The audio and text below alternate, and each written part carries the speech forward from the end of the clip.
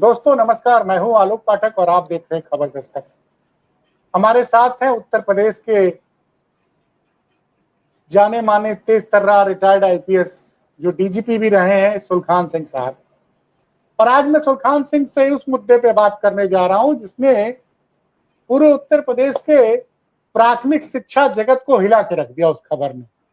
और सुलखान सिंह साहब को मैंने इसलिए जोड़ा है कि सुलखान सिंह साहब हमेशा से जो गवर्नमेंट का एजुकेशन सिस्टम है उसकी बड़ी तारीफ करते रहे। इन्होंने कई बार इस चीज को स्वीकार किया कि अगर पहले अच्छे प्राइमरी स्कूल नहीं होते, गवर्नमेंट के जूनियर स्कूल नहीं होते, इंटरमीडिएट स्कूल नहीं होते, तो इनके जैसे ग्रामीण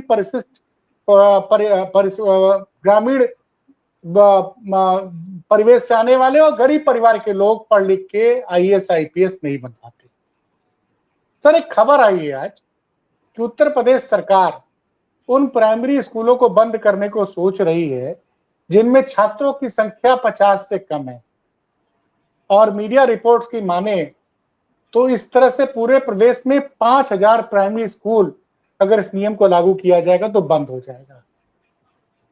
आपका पहला रिएक्शन क्या है? क्योंकि आप हमेशा से ये कहते रहे कि सरकार को प्राइमरी एजुकेशन, मिडिल एजुकेशन और इंटरमीडिएट एजुकेशन पे ज्यादा से ज्यादा खर्चा करना चाहिए। ये बात सही हो सकती है जो सूचना आ रही है, क्योंकि आपको याद हो एक महीना डेढ़ महीना पहले ये बात उठी थी और तब गवर्नमेंट ने कहा था कि ये विभाग के लोगों का किसी का एक मिस्चीवियस टाइप की प्लान थी और हमारी सरकार की कोई योजना नहीं है। और सरकार ने इस बात को दबा दिया था, आपको याद हो, एक डेढ़ महीना पहले की बात है ये जो। हाँ, तो ये इस तरह की योजनाएं जो हैं बिना सरकार के नहीं होती हैं ये। और ये थोड़ा बड़ा दुर्भाग्यपूर्ण है कि आप टीचर तैनात नहीं करेंगे, तो उसमें स्टूडेंट कम हो जाएंगे, और स्टूडेंट कम हो जाएंगे तो जो थोड़े बहुत बचे हैं उनके लिए आप स्कूल ही बंद कर देंगे। तो ये तो एक अजीब सी स्थिति सरकार कर रही है, जो कि मतलब सरकार को तो ऐसी चीज करनी नहीं चाहिए। सरकार की सारी योजनाएं जो है वो आम लोगों के लिए होती हैं, कोई खास एलीट के लिए तो होती नहीं है। और इधर ये सरकार अटल आवासीय विद्यालय और अधिकारियों के लिए संस्कृति विद्यालय, ये ऐसे एलीट विद्यालय खोल करके उनको सुविधाएं दे रही है अच्छी शिक्षा की, और वहीं पे जो गरीब आदमी जहाँ पढ़ा सकता है, सरकारी प्राइमरी स्कूल हैं या सरकारी जूनियर हाई स्कूल हैं, वहाँ टीचर तैनात नहीं कर रही है। मैं अभी देख रहा था लगभग 1.5 लाख वैकेंसी हैं, करीब 4.25 लाख के एलोकेशन के खिलाफ करीब 1.5 लाख वैकेंसीज हैं टीचर्स की। तो कई स्कूलों में तो जैसे यहीं आसपास सीतापुर जैसे जिले जो राजधानी के नजदीक हैं, वो स्कूल में एक टीचर है जो 5 क्लास को ताप के बैठ जाता है। तो टीचर क्या पढ़ा सकता है बताइए 4-5 क्लासेस को? जाहिर है कि बच्चों को घेर के बैठा रहेगा वो और शाम को छुट्टी कर देगा। तो ऐसे में लोग जो हैं इधर उधर छोटे मोटे जो तमाम कुकुरमुत्ते की तरह प्राइवेट स्कूल खुल गए हैं देहात क्षेत्र में, वहाँ अपने बच्चों को भेजते हैं, स्कूलों में नाम लिखा देते हैं, वहाँ भेजते रहते हैं।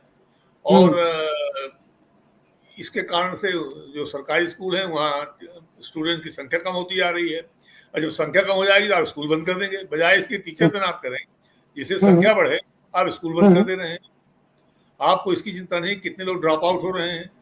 आपके पास क्या रिकॉर्ड है इस बात का? कितने बच्चे जो हैं प्राइमरी स्कूलों में पढ़ रहे हैं जो प्राइवेट वाले हैं?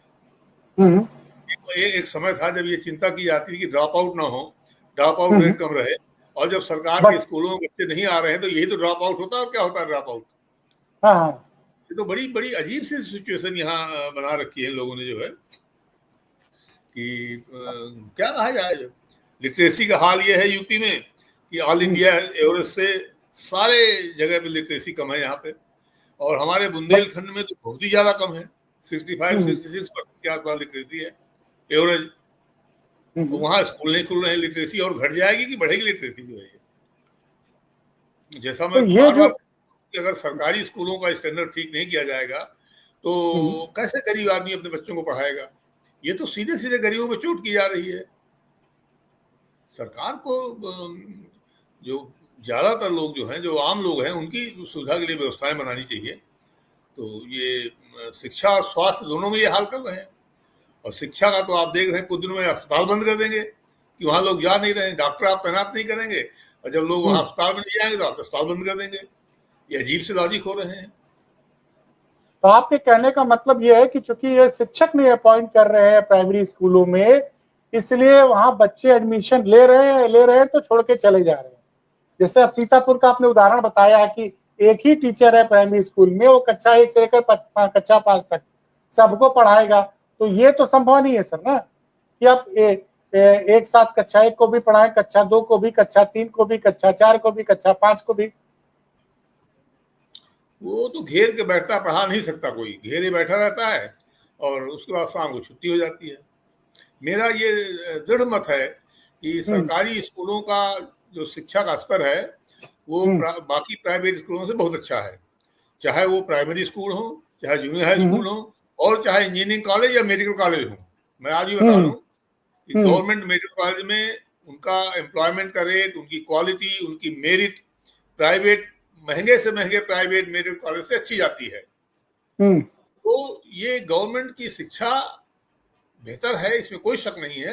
लेकिन जब आप टीचर तैनात नहीं करेंगे तो फिर क्या किया जाएगा? गवर्नमेंट की प्राथमिकताएं चली जा रही हैं। गवर्नमेंट को एक्सप्रेस वे बनाने के लिए पैसा है। मैंने भी पढ़ा था कि गवर्नमेंट 80,000 करोड़ रुपए लोन लेगी एक्सप्रेस वे बनाने के लिए, लेकिन ये 80,000 करोड़ लोग टीचर तैनात नहीं कर सकते हैं। तो ये तो गलत प्राथमिकताएं गलत होती जा रही हैं। इसको क्या किया जाए?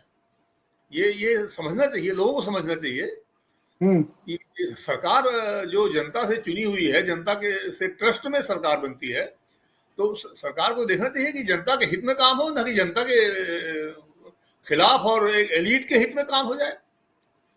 लेकिन सर एक सवाल, बंद करिए हर घर जल के लाखों करोड़ रुपए बर्बाद करना। टीचर और डॉक्टर तैनात करिए। गरीब आदमी कहाँ जाएगा? न पढ़ा सकता है, न इलाज करा सकता है। ये तो बड़ी मोटी सी बात है, इनको समझना चाहिए इस बात को। नए नए योजनाएं लेके आ जाते हैं, कोई एक्सप्रेस बना रहा है, कहीं कुछ बना रहा है कोई। इनको शर्मानी चाहिए। आम आदमी को प्राइमरी पढ़ा नहीं पा रहे हैं और बना रहे हैं एक्सप्रेस वे। किसके लिए बना रहे हैं एक्सप्रेस वे आप? तो मुझे बहुत कष्ट होता है ये देख करके कि आप सरकारी शिक्षा को बर्बाद किए दे रहे हैं। आज से 25-30 साल पहले जो ज्यादातर IAS IPS में लोग आते थे वो सब ग्रामीण परिवेश के होते थे। आप ले लीजिए अपने पुराने कितने चीफ सेक्रेटरी और DGP सब प्राइमरी और ग्रामीण परिवेश के लोग थे। आज आप वो हालात पैदा कर दे रहे हैं, ग्रामीण क्षेत्र का बच्चा तो क्वालिफाई नहीं कर पाएगा। सिलेक्शन की तो बात ही छोड़ दीजिए आप। तो इस पे तो किया जाना चाहिए। ये तो सभी को, विपक्षी पार्टियों को, पब्लिक को, इंटेलेक्चुअल लोगों को, सबको इसमें आवाज उठानी चाहिए। बहुत गलत बात है जो हो रही है। लेकिन सर सवाल ये उठता है, आपने बड़ी बात कही, क्योंकि पूर्वांचल एक्सप्रेसवे जो बना, माफ कीजिएगा, बुंदेलखंड एक्सप्रेसवे जिसकी आप बार बार बात करते हैं, लखनऊ कानपुर के आगे से एक रोड जाती है झांसी तक, बहुत अच्छी 4 लेन रोड है सर, पिछले 15 सालों से बनी हुई है और उस पर अच्छा खासा, उस कोई कनेक्टिविटी की कोई प्रॉब्लम नहीं थी। फिर भी इटावा से लेकर वहां तक चित्रकूट तक बुंदेलखंड एक्सप्रेसवे को बना दिया गया, जबकि वहां बहुत ज्यादा ट्रैफिक नहीं है। उसकी कोई जरूरत नहीं थी। हाँ, उसकी कोई जरूरत नहीं थी। कोई लाभ नहीं मिल रहा है किसी का। ना उससे उद्योग आ रहे हैं, जिनका कहना था कि बुंदेलखंड में इतना उद्योग पैदा कर देंगे कि बुंदेलखंड की तस्वीर बदल जाएगी। और उद्योग पे तो कभी अलग से बात होगी तो करेंगे। उद्योग जो है सड़क बनाने से तो उद्योग नहीं आ जाएगा।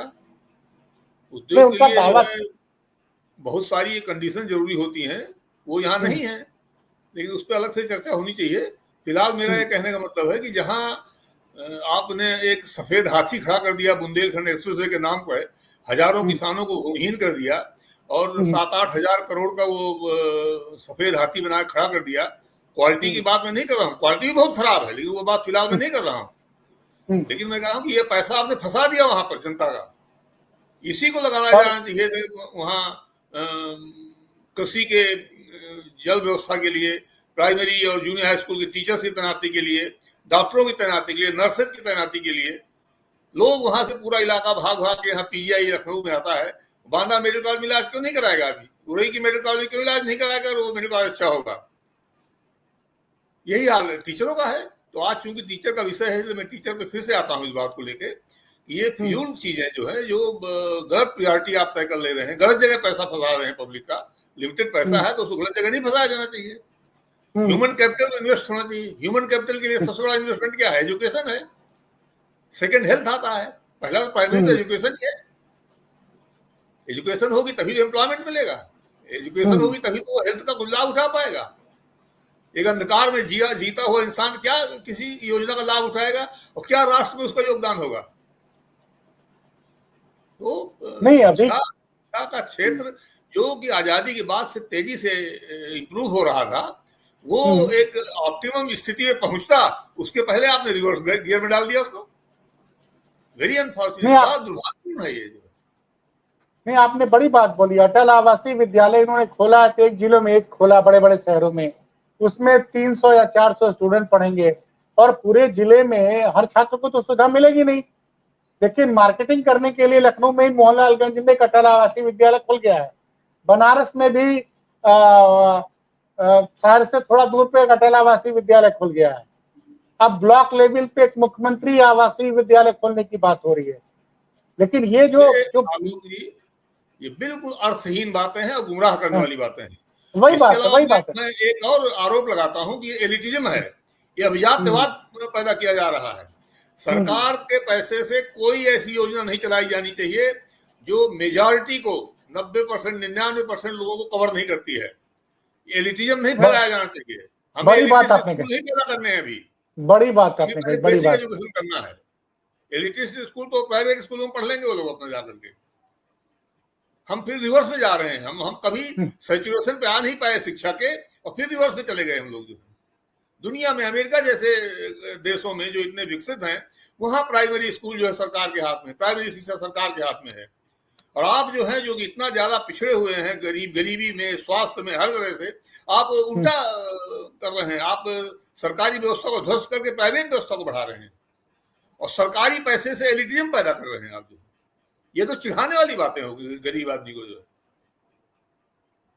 क्या क्या और लगभग 1.5 करोड़ बच्चे इन प्राइमरी स्कूल में पढ़ते हैं सर। छोटी मोटी संख्या नहीं है जी, बहुत बड़ी संख्या है, बहुत बड़ी संख्या।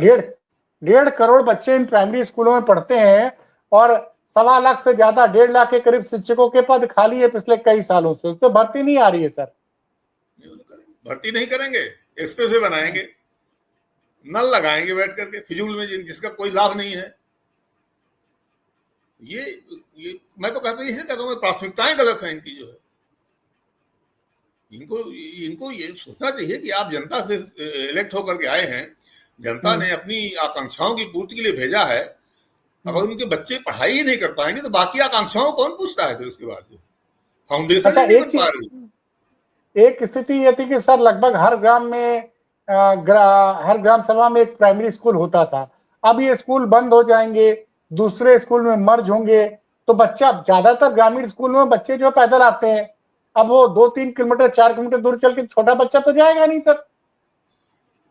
नहीं जा ये जो स्कूल जो खोले गए थे वो इसी हिसाब से खोले गए थे कि वहां पर्याप्त स्टूडेंट थे। अब अगर स्टूडेंट नहीं आ रहे हैं तो इसलिए नहीं आ रहे हैं कि आपने टीचर तैनात नहीं किया हुआ। और आप बिल्कुल सही कह रहे हैं सर। आप टीचर तैनात नहीं करेंगे, जब स्टूडेंट कम हो जाएंगे तो स्कूलें बंद कर देंगे आप फिर जो पूरा। ये क्या बात? अच्छा, हर गांव में आसपास जो है प्राइवेट स्कूल खुल गए हैं ना, उनके पास ढंग का, मतलब प्राइमरी स्कूल का एक ढांचा तो खड़ा है, 2 हवादार कमरे हैं, छोटा सा कैंपस है, सब कुछ है। और वहां पे गांव में प्राइवेट स्कूल खुलते चले जा रहे हैं और उसमें आदमी मजबूरन पढ़ाने को तैयार। पुअरली एजुकेटेड टीचर्स हैं, लेकिन वो लोग इसलिए भेजते हैं कि वहां कम से कम हर एक क्लास में एक टीचर तो है, कुछ पढ़ाई तो करा रहा है वो। सरकारी स्कूलों में तो आपने कर दिया 4 क्लास को एक टीचर घेर के बैठा हुआ है, जानवरों की तरह घेरे रहता है बच्चों को, बच्चे भाग नहीं पाए वहां से। ये कोई कल्पना कर सकता है कि मास्टर जो है 4 क्लास को एक बार में कैसे पढ़ाएगा? 4 के विषय, 4 सब्जेक्ट हैं उनके, 4 सिलेबस की चीजें हैं, कैसे पढ़ा सकता है कोई आदमी? जो है ऐसी अंधेर की चीजें हो रही हैं और ये बात सरकार को कचोटती नहीं है। लेकिन सरकार तो देख रही है कि हम तो लगातार चुनाव जीत रहे हैं, तुमको लग रहा है कि हम जो कर रहे हैं सही कर रहे हैं? नहीं, चुनाव जीतना ये कोई लक्षण थोड़ी होता है। चुनाव जीतना इस बात का लक्षण नहीं है कि आप बहुत अच्छा कर रहे हैं। चुनाव हारना इस बात का लक्षण होता है कि आप खराब काम कर रहे हैं। लेकिन चुनाव जीतने में बहुत सारी चीजें होती हैं, कई बार विकल्प की बातें होती हैं, कई बार मजबूरी में लोग करते हैं, कई बार लोगों को गुमराह करके किया जाता है। क्या क्या क्या करेगी सरकार इनको? गरीब आदमी का बच्चा क्या करेगा? हमारे सांसद, विधायक, मंत्री, अधिकारी, इनके बच्चे विदेशों में पढ़ रहे हैं, टॉप के स्कूलों में यहाँ पढ़ रहे हैं, और ये गरीब का बच्चा कहाँ जाएगा? ये खाली जो है कांवड़ उठाएगा और ट्रक रोकेगा, लिंचिंग करेगा लोगों की, हाय हाय करेगा, जाके पथराव करेगा।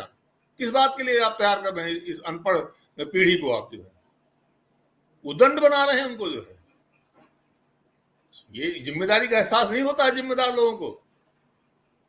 पब्लिक ट्रस्ट में सरकार चलती है, सरकार जो है वो बादशाह नहीं होती है। लोकतंत्र में ट्रस्ट होता है, पब्लिक ट्रस्ट डॉक्ट्रिन होता है, जो है डॉक्ट्रिन ऑफ पब्लिक ट्रस्ट। सरकार ट्रस्ट पे चलती है, आपको लिमिटेड ट्रस्ट दिया गया है काम करने का, उसी में काम करना है आपको। वो काम नहीं कर रहे हैं आप, हाय हाय करने के लिए स्टूडेंट तैयार खाली छोड़े जा रहे हैं अनपढ़ लोग। क्या करेंगे बताइए हमको आप? कोई ऐसा है जो इस तरह के स्कूलों में पढ़ा रहा हो अपने बच्चों को? नहीं सर, बीच में सरकार कभी ये भी नहीं पूछती है कि आप कैसे विदेशों में पढ़ा ले रहे हैं, कहां से पैसा आ रहा है। मैं वो बात अभी नहीं कर रहा हूं, मैं खाली ये कह रहा हूं कि सब ये एलीट लोग जो हैं अच्छे अच्छे स्कूलों में बाहर पढ़ा रहे हैं, और गरीब आप कहते हैं आप यहाँ रहिए, अनपढ़ रह जाइए। आप जो है अनपढ़ रह के क्या करेंगे? कांवड़ उठा के हा है करेंगे, पथराव करेंगे जाकर के जो है। तो ये चाहते हैं कि ये कांवड़ उठाने वाली भीड़ पैदा हो, भीड़ बनी रहे, जो इनके पीछे दौड़े, पथराव करें, हाय हाय करें, जो चाहे वो बोले। क्या कर सकते? किस लायक पर रह जाएंगे वो? जो है नौकरियां उनको मिल नहीं रही हैं, नौकरियां आप निकाल नहीं रहे हैं, 4-4, 5-5 साल भर्तियां नहीं करेंगे, कहाँ जाएंगे? अच्छा सर एक सवाल, अभी चूंकि आपसे बात हो रही है, बड़े दिन बाद हो रही है, इस पे बात करना जरूरी है। आप काफी साल तक पुलिस सेवा में रहे, लगभग अगर मैं कहूँ तो लगभग 37 साल आप सेवा में रहे सर, 37-38 साल।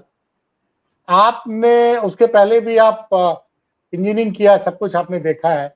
ये जो सिपाही भर्ती के लिए जिस तरह का नियुक्ति पत्र बांटने के लिए जो आयोजन किया गया सर, इसके बारे में आपकी क्या राय है? कि मतलब एक तो आप 6 साल बाद भर्ती करते हैं, पहली भर्ती परीक्षा कराते हैं तो लीक हो जाता है पेपर, दोबारा कराते हैं, उसके बाद नौकरी देनी होती है, इतना बड़ा आयोजन कराया जाता है। देखिए, संविधान के मुताबिक पब्लिक फंड केवल पब्लिक पर्पज के लिए इस्तेमाल किए जा सकते हैं। सरकारी पैसे को केवल लोक हित में इस्तेमाल कर सकते हैं, और कैंडिडेट्स को बुला के अपॉइंटमेंट लेटर देना ये पब्लिक पर्पज नहीं है। ये काम डाक से होना चाहिए था। ये जितना पैसा किया गया है ये सब बर्बाद किया गया है, बिल्कुल जो है ये आपत्तिजनक है। बिल्कुल ये पब्लिक का पैसा बिल्कुल दुरुपयोग है एकदम। लेकिन सर जितने भी सरकार के ऊपर एजी इसमें ऑडिट में जरूर एतराज करेगा कि ये फिजूल खर्ची क्यों की गई, जो गलत खर्चा किया गया है, किसी इसकी जरूरत नहीं। अरे सीएजी अगर गलती पकड़ भी लेगा तो कोई कार्रवाई तो नहीं होती है सर। अब कार्रवाई हो ना हो, कम से कम लोग जानेंगे, कुछ तो लोगों को जागरूकता होगी।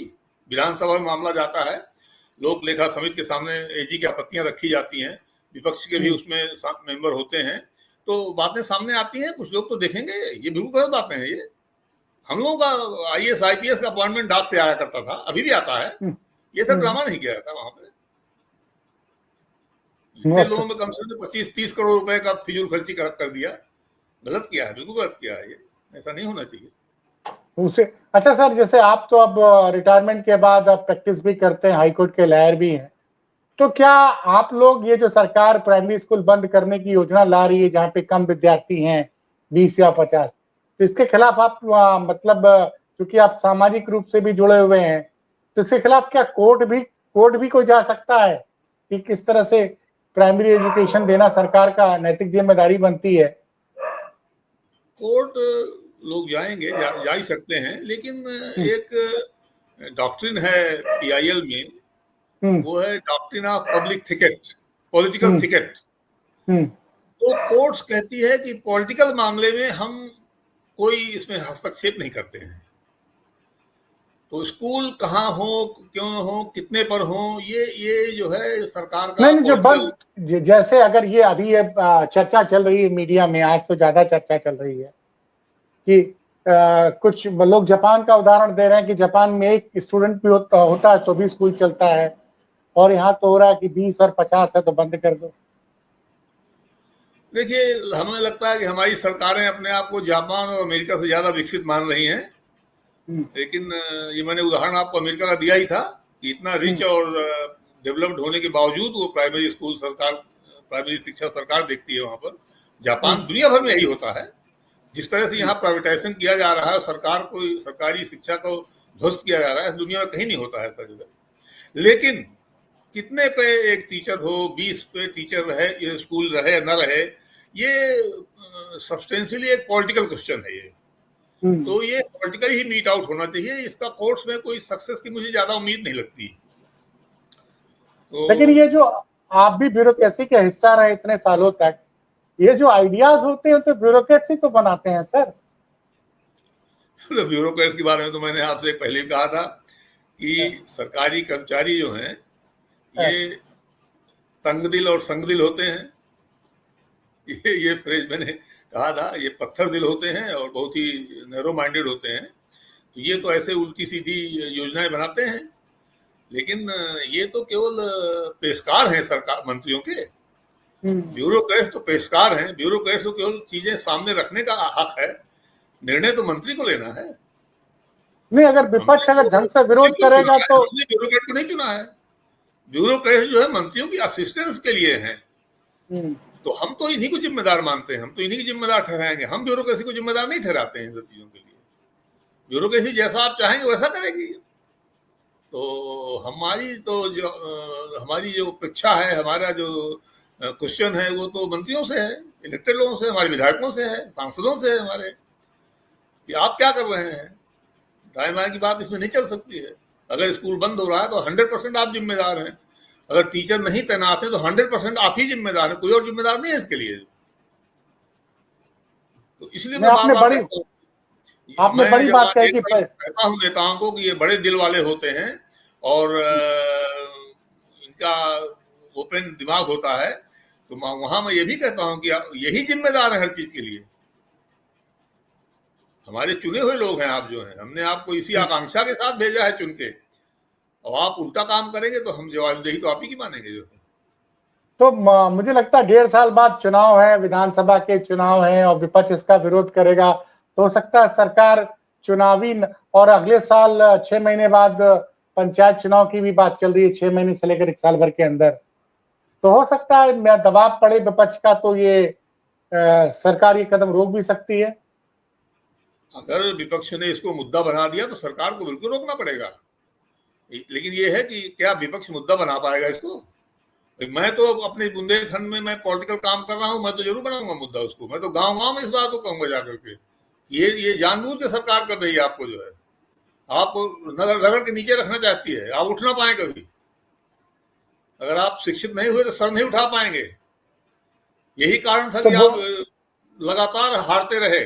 आप पढ़े हुए नहीं थे, आपके बहादुर योद्धा भी पढ़े लिखे नहीं थे, इसलिए वो कोई मिलिट्री स्ट्रेटजी नहीं बना पाए, तो छोटी छोटी फौजों से हार जाते थे। वहां भी शिक्षा का कारण है। अगर आप विदेशियों से युद्ध हारे हैं तो शिक्षा कारण हारे हैं। बहादुरी में कमी नहीं थी हमारे लोगों के। ये समझते नहीं कि शिक्षा केवल आपको टीचर बनाने लायक या डॉक्टर इंजीनियर बनाने लायक नहीं हो। शिक्षा आपको अच्छा जनरल बनाती है, शिक्षा आपको अच्छा नेता बनाती है। अमेरिकन रेवोल्यूशन का जो फाउंडिंग मेंबर था थॉमस जेफरसन, वो आज भी एक ग्रेट फिलोसोफर के रूप में जाना जाता है। जेफरसन की फिलॉसफी अलग से टेक्स्ट बुक्स हैं उस पर जो है। हमारे यहाँ क्यों राधा कृष्णन के और राजेंद्र प्रसाद की बात, कोई विद्वान, नेहरू के बाद कोई विद्वान क्यों नहीं हो रहे हमारे यहाँ जो है। हम पढ़ाई लिखाई को मतलब थर्ड रेट पे डालना चाहते हैं। हमारा कोई सांसद, हमारा कोई मंत्री, हमारा प्रधानमंत्री, हमारा मुख्यमंत्री क्यों नहीं थॉमस जेफरसन की तरह, चर्चिल की तरह, जेम्स मिल की तरह क्यों नहीं विद्वान हो रहा है। वो क्यों नहीं किताब लिख सकता, क्यों नहीं उसकी फिलॉसफी हो सकती है। आपने बड़ी बात कही कि हम इतने साल तक गुलाम इसलिए रहे। मैं कह रहा हूं आपने बड़ी बात कही सर, हम इतने साल इसलिए गुलाम रहे कि हम शिक्षित नहीं थे, शिक्षित होते बिल्कुल तो शायद तो हम कोई भी युद्ध नहीं हारते। बिल्कुल नहीं हारते, बिल्कुल इतने बहादुर थे आप जो है। बाबर ने लिखा है कि ये राजपूतों की तलवार को फेस करना बड़ा मुश्किल है, but they don't know art of war. Babur ने लिखा है। राणा सांगा के युद्ध के पहले, बयाना के युद्ध में, मेन खानवा के युद्ध के पहले बाबर की सेना ने इतना मार खाई कि उन्होंने कहा था वापस लौट चलिए, हम नहीं लड़ेंगे, हथियार डाल दिए। तो बाबर ने उनको धार्मिक रूप से प्रेरित किया, लेकिन हमारी स्ट्रेटजी नहीं थी, क्योंकि हम पढ़े लिखे नहीं थे, हमने मिलिट्री साइंस नहीं पढ़ी थी। हमारे यहाँ मिलिट्री कॉलेज अंग्रेजों ने स्थापित किया, मिलिट्री एकेडमी नहीं थी कोई हमारे यहाँ, कोई मिलिट्री ट्रेनिंग नहीं थी हमारे यहाँ।